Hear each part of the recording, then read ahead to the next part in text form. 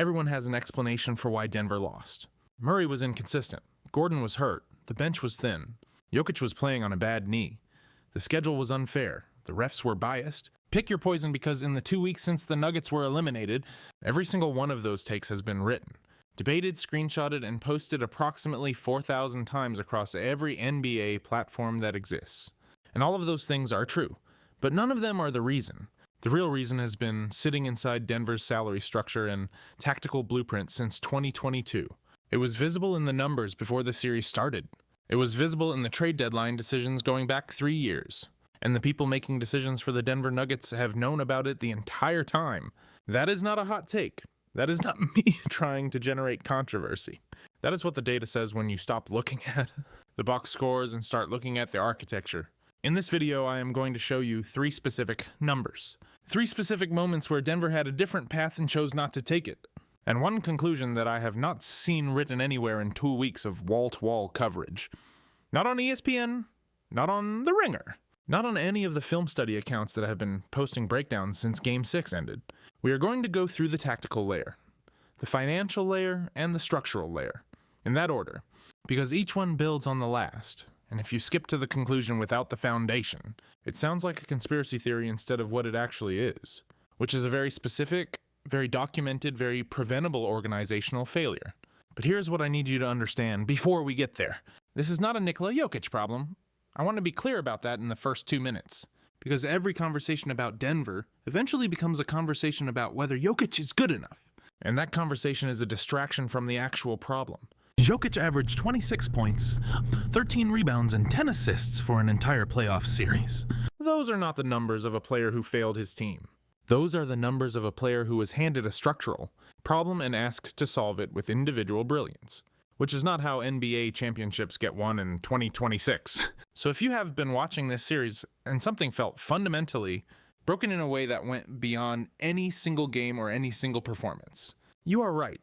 Something was broken. It was broken before the opening tip of Game 1, and the breakdown starts with something Minnesota did in the first 4 minutes of that game that exposed exactly where Denver was vulnerable. But before I show you what they exposed, I need to give you the frame. Because the thing Minnesota broke is not obvious unless you understand what Denver built and why it works the way it does, and why that same design that made them the best offense in the NBA this season also made them structurally exploitable in a way that a smart coaching staff was always going to find eventually. To understand what Minnesota broke, you first need to understand what Denver built. The Nuggets offense is not a collection of plays. It is not a system in the traditional sense, where you run action A to get to action B, and if that fails, you go to your secondary option. Denver runs something closer to a decision tree that has one person at the root of every branch. Everything, and I mean everything, flows through Nikola Jokic. And not because the coaching staff is uncreative, because Jokic processes information at a speed and accuracy that makes him the most efficient decision maker in the league when he has time and space to operate. The spacing around him is not just about getting shooters open. The spacing is the mechanism that gives Jokic the half. Second, he needs to read the defense and make the right pass. Take away the spacing and you slow the reads. Slow the reads and the whole system loses its timing. Lose the timing and Denver goes from 122 points per game to something that looks a lot more average. Minnesota understood this. Chris Finch and his staff did not try to stop Jokic from scoring. They tried to eliminate the time and space he needed to run the offense. Rudy Gobert as a drop coverage anchor in the paint force, switching defenders on the perimeter. Designed not to contest shots, but to compress the decision window on every single possession. Denver went from 122.1 points per game in the regular season, best in the entire league, to 111.3 in this series. That is not Jokic getting worse. That is the timing of an entire offensive system being systematically compressed over 6 games. Now you have the frame. Subscribe if you want to make sure you get the full film breakdown as we go deeper. Because what comes next is where the regular coverage stopped and where this video starts. The first number is 24, and once you understand what it represents, the rest of the series is going to look completely different. The first number is 24. That is how many transition points Minnesota scored in games 3 and 4 combined. 2 games Denver lost by a combined 29 points, and almost every single one of those transition opportunities started the same way. Jokic catches in the post. Minnesota doubles. Jokic finds the open man, the pass is correct, the read is correct, the execution is correct, Denver turns it over anyway. because the open man is being guarded by a defender who got there faster than the ball did. Minnesota grabs the loose ball or intercepts the pass, and they are running before Denver can get set. And Jokic, 31 years old, 35 minutes per game, recovering from a knee injury that cost him 4 weeks in December, is the last man back. Watch Game 3, 8 minutes into the third quarter. Jokic threads a pass to Murray coming off a screen on the right wing. Naz Reid reads the pass. It tips it. Anthony Edwards catches it in stride at half court. By the time the tip happens, Jokic is at the free throw line extended. Edwards is already past him before Jokic can change direction. It is a layup before Denver has 2 defenders back. That is possession 1. 4 minutes later, Jokic posts up on the left block, feels the double coming, kicks it to the corner before the trap fully closes. The corner 3 is open, the shooter is set. The pass arrives on time. The shot rims out. Minnesota has the rebound before Denver can crash, they push immediately. And again, Jokic is the only Nuggets player in the back half of the court who has any chance of affecting the play. Except he is a center, and the Minnesota player running the break is not. That is possession 2. Game 4. Third quarter. Denver is trying to cut a deficit. Jokic orchestrates a beautiful high-low action. Finds Christian Braun cutting baseline for what should be an easy 2. Braun fumbles the catch. Minnesota recovers, pushes, scores before Denver gets back. On the next Denver possession, Jokic is so focused on compensating on the offensive end that his transition positioning is half a step off. And when that possession also ends in a turnover, Minnesota gets another running start. 3 possessions, 3 different failure modes, same result, 24 points. Now here's the thing I said at the end of the last section. Transition defense is fixable. You can drill it. You can add personnel. You can adjust rotations. It is a real problem, and it is a problem Denver needs to address. But it is the kind of problem that a competent front office solves in an offseason. The second problem is not fixable with a draft pick or a free agent signing. And the second problem is the one that actually ended this series. Here is where it stops being a basketball problem and starts being an accounting problem. Denver is not just cap tight. That framing undersells how specific and how trapped their situation actually is. They are operating above the second apron of the NBA collective bargaining agreement. That is not a metaphor for being expensive. That is a specific legal threshold that triggers specific restrictions. And those restrictions have been in place for Denver since the 2024-25 season, with no realistic exit before 2028. What does that mean in practice? It means no sign-and-trade acquisitions. It means no mid-level exception above the minimum. It means draft pick limitations on trades. It means that every avenue a normal front office uses to upgrade a roster at the margins. The $8 to $12 million range where role players who can actually affect playoff series live is either closed or severely restricted for Denver. Now let me show you why this matters for exactly what Minnesota did to them. The type of defender that could have disrupted Minnesota's transition attack is not a star player. It is not an all-star or a max contract guy. It is a specific profile. High motor, switchable from 1 through 4.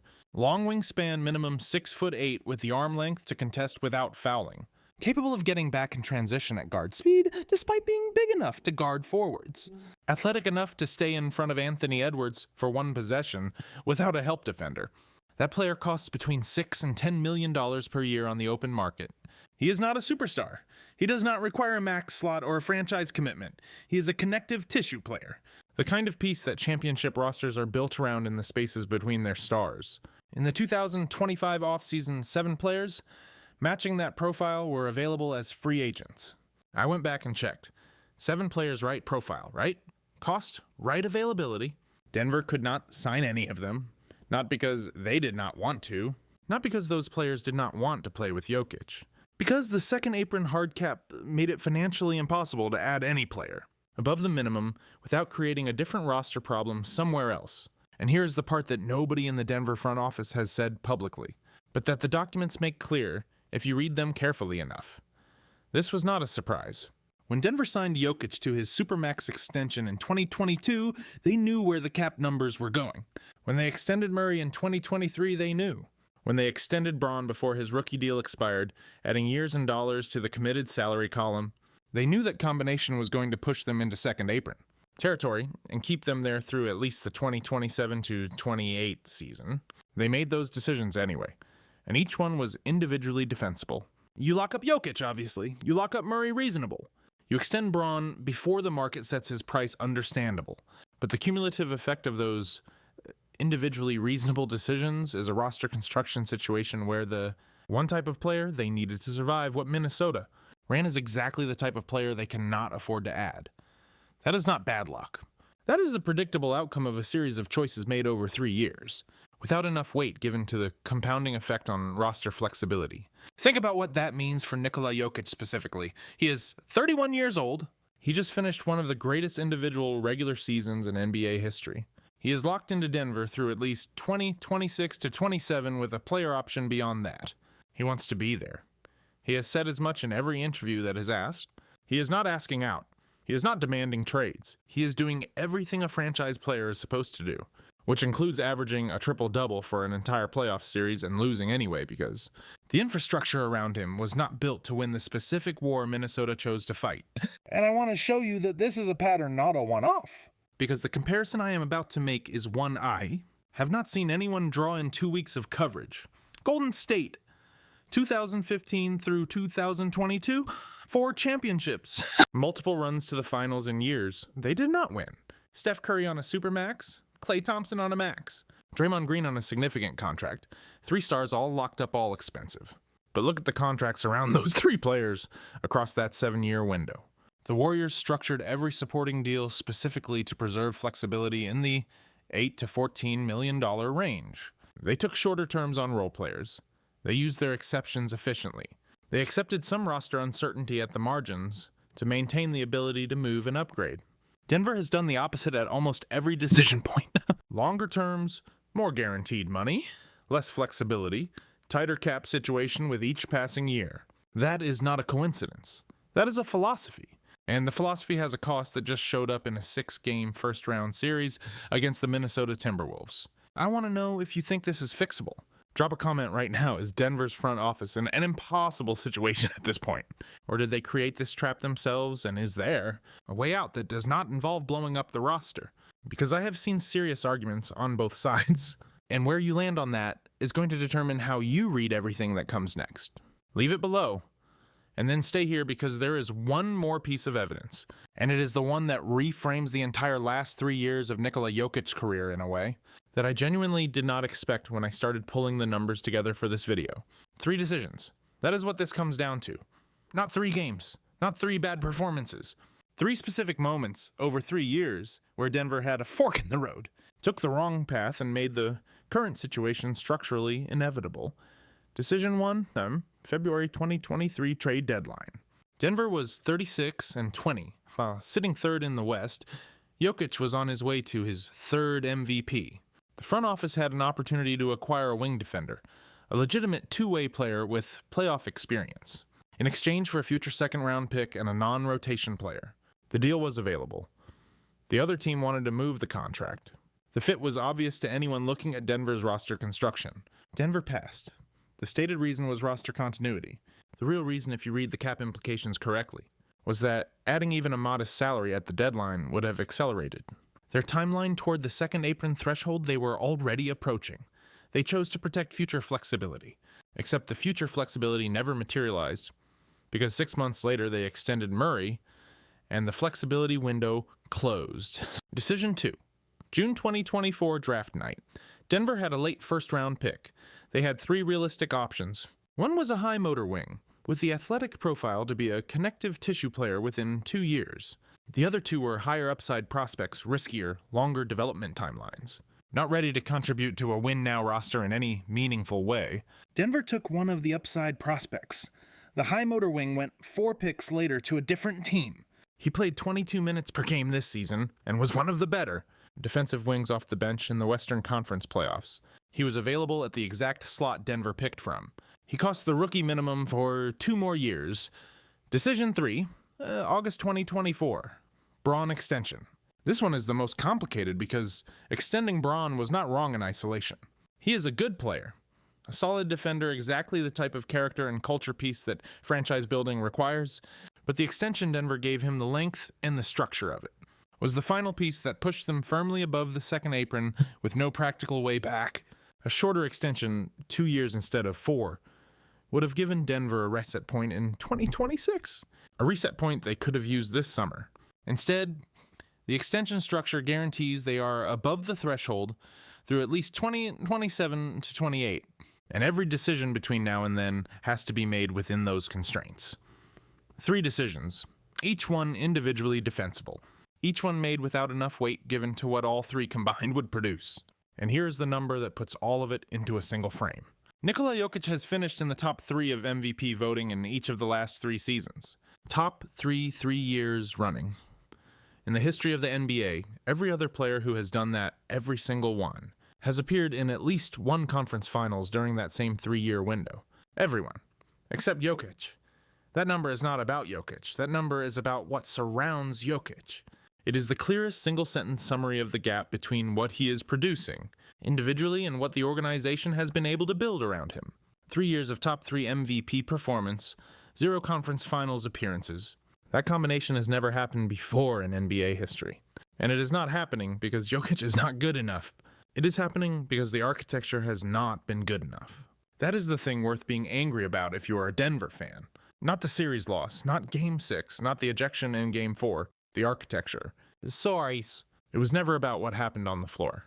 It was about a transition defense that exposed a personnel gap that exposed a financial structure, and a financial structure that was the predictable result of 3 years of decisions made without enough regard for their cumulative effect. Jokic played the right way. He made the right reads.